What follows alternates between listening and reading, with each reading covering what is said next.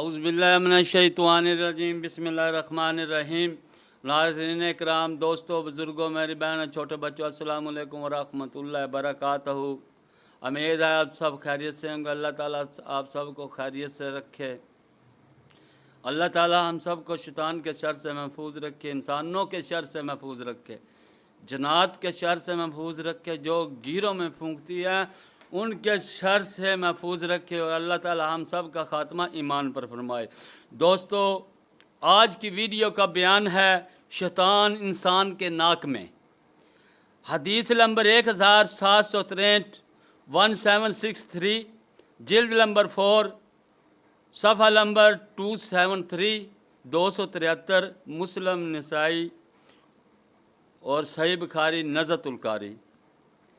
हज़रत अबू हुरैरा रज़ियल्लाहु ताला अन्हो से रवायत है कि नबी सल्लल्लाहु अलैहि वसल्लम ने फरमाया कि जब तुम में नींद के बाद कोई बेदार हो और वज़ू करे तो 3 बार नाक छिनके, इसलिए कि शैतान इसकी नाक के बांसे में पर रात गुजारता है। यानी कि जब सुबह को इंसान बेदार हो, वज़ू करते हुए 3 बार पानी पाकर छिनके, क्यों? शैतान सारी रात उसके नाक के बांसे में गुजारता है।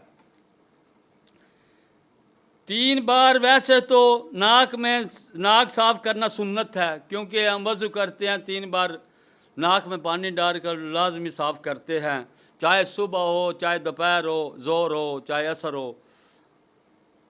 लेकिन उठने के बाद 3 बार नाक वज़ू में छींकना, ये आप लाल सुन्नत मकदा होगा, यानी कि लाजमी होगा। बाकी हम 5 टाइम नमाज में वज़ू में 3 बार नाक में पानी डालकर छिनकते हैं। लेकिन हदीस का मफ़हूम है, कहने का मकसद ये है, ये जो लोग सुबह उठते ही नहीं हैं, नमाज पढ़ती नहीं हैं, वो तो नाक में 3 बार छिनकते ही कोई नहीं है। उन्हें तो मुंह पे छट्टे मारने हैं, चल भाई रोटी शुरू। लेकिन वो भी सुन लें, अगर उन्होंने वैसे तो नमाज ना पढ़ना गुनाह है, अगर वो जिस वक़्त अपना मुंह धोने के लिए जाएं तो 3 बार नाक में पानी डालकर कम छिनक लें, वो शैतान का, जिसमें शैतान ने सारी रात गुजारी है, वो तो साफ़ हो जाए ना। नमाज पढ़ने के बड़े फ़ायदे हैं, जिधर भी देखो नमाज में हिकमत है, नमाज हिकमतों से भरी पड़ी है।